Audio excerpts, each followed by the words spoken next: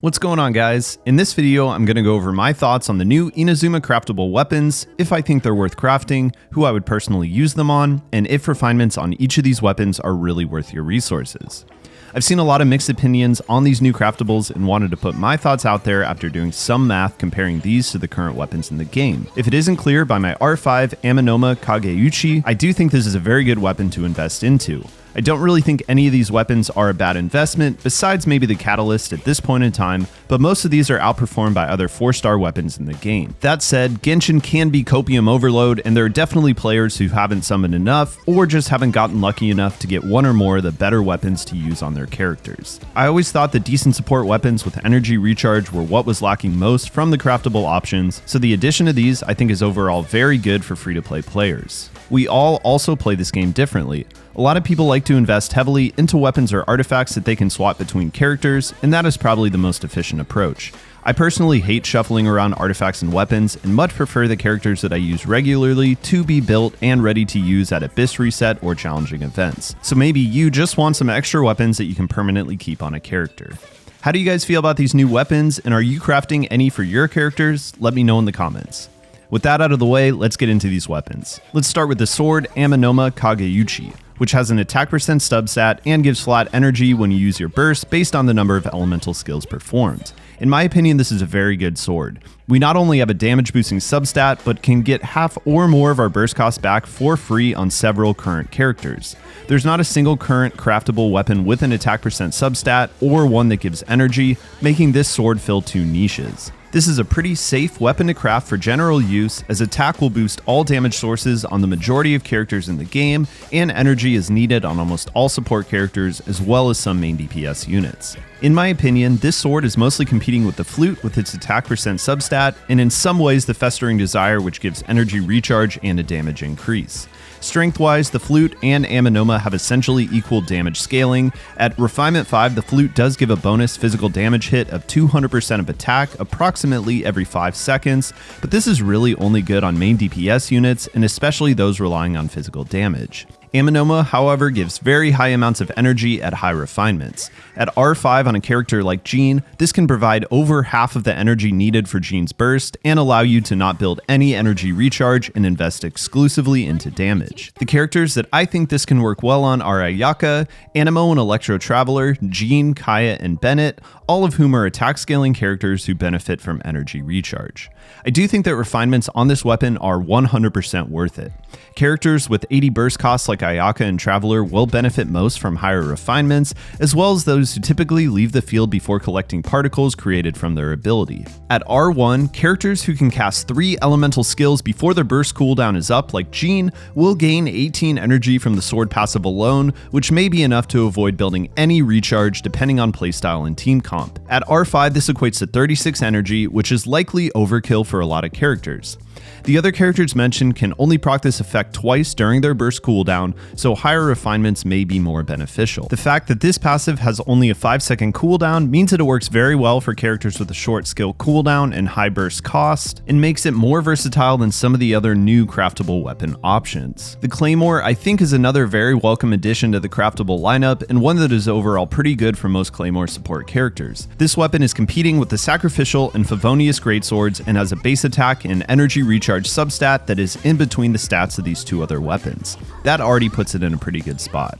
At Refinement 1, this weapon gives 6% elemental skill damage and causes the character to lose 3 energy upon casting an elemental skill and gain 3 energy every 2 seconds for 6 seconds after. This is a net 6 energy if you have energy upon casting, or 9 energy if you don't, meaning that the best time to proc the weapon passive is after casting your elemental burst, and this can only occur every 10 seconds. This is overall a pretty small boost to damage as well as energy gain. With that said, Sacrificial and Favonius weapons both become much stronger at high refinements, with a guaranteed particle generation every 6 seconds for Favonius and elemental skill cooldown reset every 16 seconds for Sacrificial.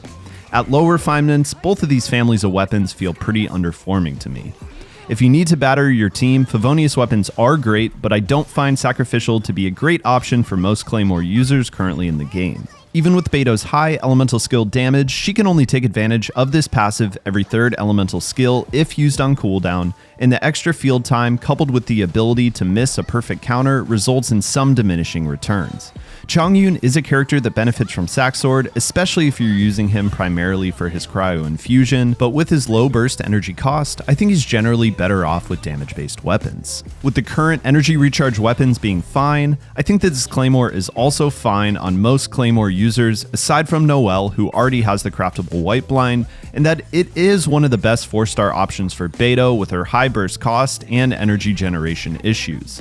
Beto generates between 2 and 4 energy per elemental skill depending on the counter level, so if you want to remove some RNG from energy generation, the guaranteed energy per skill cast for this weapon is pretty decent overall. Even at R5, this weapon only gives 12% skill damage and a net 12 energy when casting a skill, so if you just need an energy recharge based weapon, I think that this weapon is fine at R1 and isn't necessarily worth refining unless you have a lot of spare billets lying around.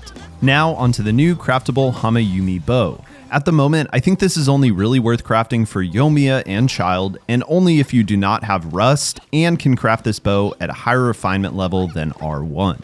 I'm a dolphin who's played Genshin since day one and have only ever gotten a single Rust, so it is definitely possible that you don't have any copies on your account. This bow has a lower base attack than Prototype Crescent and Rust, but makes up for it with its higher attack percent substat.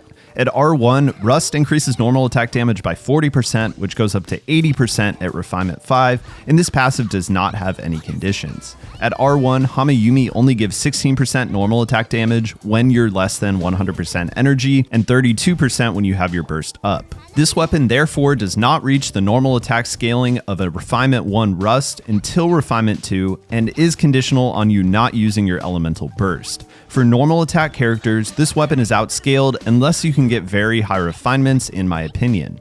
That said, if you do not have Rust or can get high refinements on the Hamayumi, it is a great free-to-play option for Yoimiya and likely future characters, and I do recommend refining this weapon if you do choose to equip it, as it equates to a straight damage bonus. I think this weapon is okay for Child, but sacrificing your burst damage isn't ideal. For charge attack based characters like Ganyu, this weapon can be situationally better than the craftable Prototype Crescent. With both buffs active, at similar refinements, these weapons do almost equivalent charge attack damage. However, Ganyu does get a 20% cryo damage bonus when inside her burst, which you will lose out on with this new bow.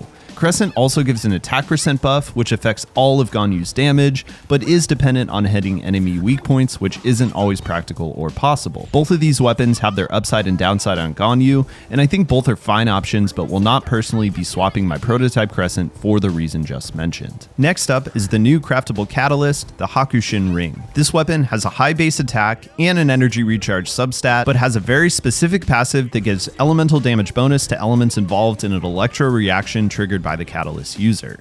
This limits the use of the passive to electro catalyst users like Lisa, or a character like Mono or Sucrose who could cause an electrocharge reaction. This makes it very hard to recommend crafting this weapon at the moment, as it is very niche. But as we saw with the craftable Dragonspine weapons, which relied on enemies being affected by cryo, we did receive Eula and Rosaria several patches later who could make good use of those weapons. If you're using this weapon solely to buff teammates, Thrilling Tales is just a better overall option, as essentially everyone can get this weapon to R5. As you can see, an R5 Thrilling Tales provides a bigger overall damage boost than an R5 Hakushin by a fairly significant amount for an electro character like Beto. With so many decent catalysts in the game, this is just not a must craft. This is only really the second accessible 4 or 5-star catalyst in the game with an energy recharge substat, so it does have that going for it, I guess.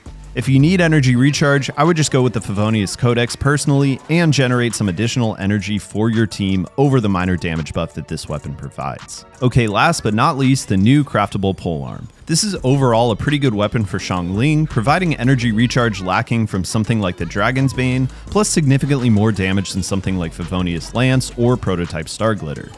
Xiangling is one of those characters like Beto that seems to have a nearly impossible burst to fill without very high energy recharge, and or Bennett as a pyro battery. This weapon has an elemental mastery substat, but otherwise shares the same weapon passive as the new craftable Claymore.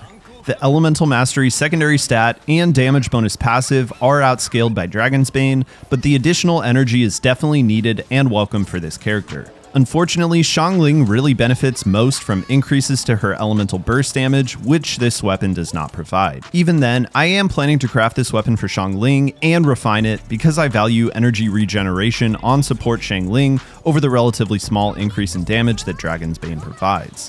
While this weapon shares the same passive as the Claymore, I do think refinements on this weapon are more worth it as it does not have an energy recharge substat like the Claymore does. I do not want to end this video without a word of caution. In addition to the new craftables, we got a very pog new support artifact set, the Emblem of the Severed Fate. This artifact set is very good for any characters that rely on significant energy recharge to get their burst up. Some of these new weapons replace the energy recharge stat with flat energy generation, and therefore work pretty poorly overall with this new artifact set. If you're considering running this new artifact set on any of your support characters, you may want to go with more traditional energy recharge based weapons rather than crafting some of these.